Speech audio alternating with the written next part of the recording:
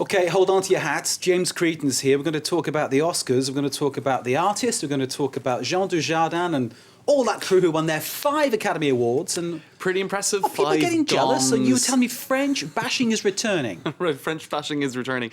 Now, I'll get to that in 1 second, right? Okay. But first of all, another thing that the media's been talking about in France, the PR behind the success of the artist. Now, I think Are we saying it's all manipulation? Surely not. Well, certainly there was an effort that went into the success. Let's have a look here at Jean Dujardin, star of the film, appearing on several American talk shows, showing his success as a mime artist. Here he's doing an impression of Robert De Niro and that sort of famous tough man face. There was a lot of effort put into that. You have Harvey Weinstein as well, who is the promoter of the film, the producer, bought the rights to it in the US, and he has done a massive job at promoting it in the US. So, and since the Cannes Film Festival, when it got a lot of plaudits, I suppose, in May of last year, there's been a very consistent effort to boost it in Hollywood, especially because it's talking about Hollywood. It's about the beginnings of Hollywood. Okay, or are we saying that that's the wrong thing to do? Perfectly all right. Are we saying it's unfair because if your PR machine's bigger than someone else's, that gives your film more chances, even though your film's not as good, perhaps? Well, Harvey Weinstein said it had a 1 in a million chance of kind of getting the success it got at the Oscars. So I suppose it shows to some extent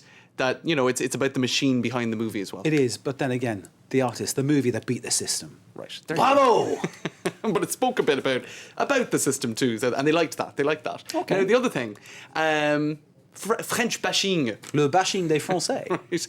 This is in Slate.fr. The success of the artist wakes up, réveille le French bashing. Le French bashing. Right. This means bashing the French. Bashing the French. They're Okay. well translated. They're a bit sensitive about that. And they point out that a lot of people, including people involved in The Descendants, that was George Clooney's big flick, which was one of the competing movies. Here's the screenplay writer of that. The artist people were in line in front of me, and now I smell like cigarettes and entitlement. What does that mean then? I think that the French Come on, what are they saying? The French smoke too much, the French have a sense of arrogance and entitlement, and now it's rubbed off on me. I think that's what she was more or less trying to say. Okay. And who is Ms. Hemmings when she's at home? she, Miss Hemmings, she was involved with The Descendants. Okay, Now, she's good not, for her. She's not the only one. Let's have a look at what She other people knows were. about going home empty-handed. Oops. Right. You see, that's the same tactics as she was There you involved in go. now. You can't be doing that. Now, let's show you a few other tweets. People saying it's a silent movie, and hold on, for once the French win when they shut up. Now, a number of people have been saying that. That's quite funny. That is kind of funny. It is kind of funny. And I suppose we know it's not true because they've also won when they're talking and when they're singing. And Marion Cotillard a few years ago for the Edith Piaf film La Vie en Rose, or Le Môme as it was known in France, she won. So she spoke and sang. It wasn't just silent stuff. But some people taking the opportunity to give a little dig to the French and just say, you won, but you weren't talking, which is kind of convenient. Okay, now, in Britain, they got rid of the News of the World over the phone hacking scandal. We're talking newspapers now.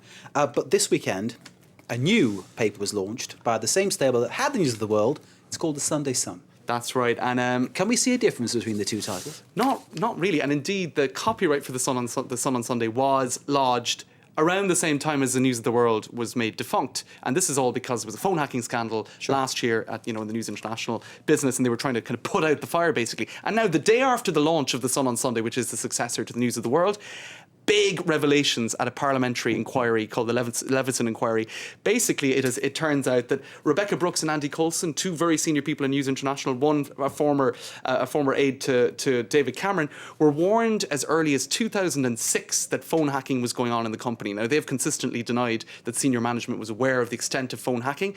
Now, an email has come through which is essentially evidence that there was knowledge at the very top of News International about this phone hacking. Not alone that, more details came out about illegal behaviour by journalists, a culture of illegal payments, bribing public officials. This is a whole other scandal that is affecting News International, and more details were given as regards that to this parliamentary inquiry today. Now, what does all this mean?